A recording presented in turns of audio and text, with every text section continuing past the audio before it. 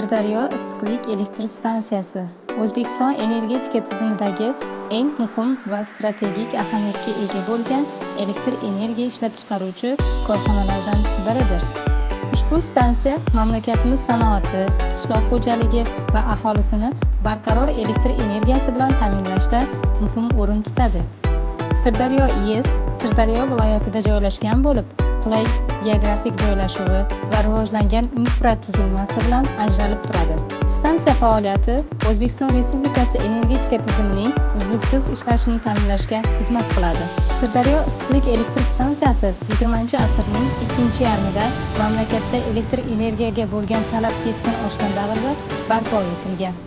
Stansiyaning qurilishi O'zbekiston sanoatini rivojlantirish, yangi ishlab chiqarish korxonalarini elektr bilan ta'minlash va aholi ehtiyojlarini qondirish maqsadida amalga oshirilgan. Bosqichma-bosqich ishga tushirilgan energiya bloklari orqali stansiya o'z quvvatini yildan-yilga oshirib bordi.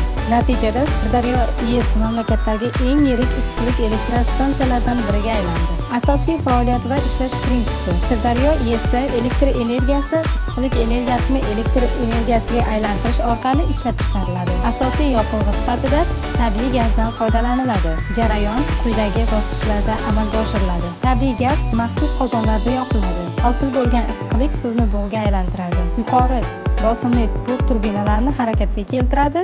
Turbinalar generatorlar orqali elektr energiyasi ishlab chiqaradi.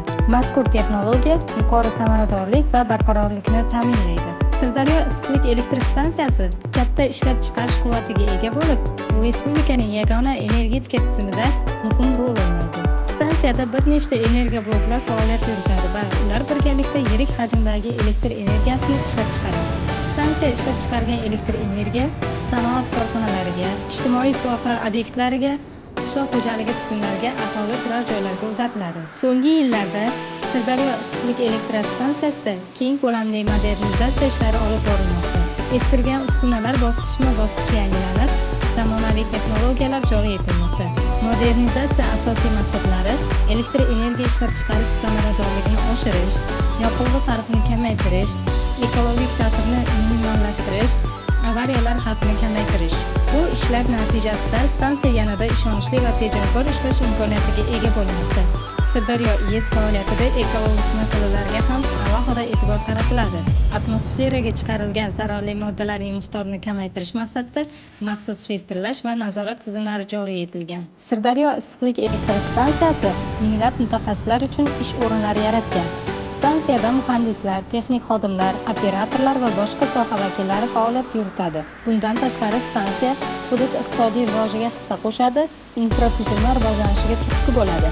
Mamlakat energetik xavfsizligini mustahkamlaydi. Xulosa qilib aytganda, Sirdaryo issiqlik elektr stansiyasi O'zbekiston energetika tizimining tayanch ustunlaridan biridir.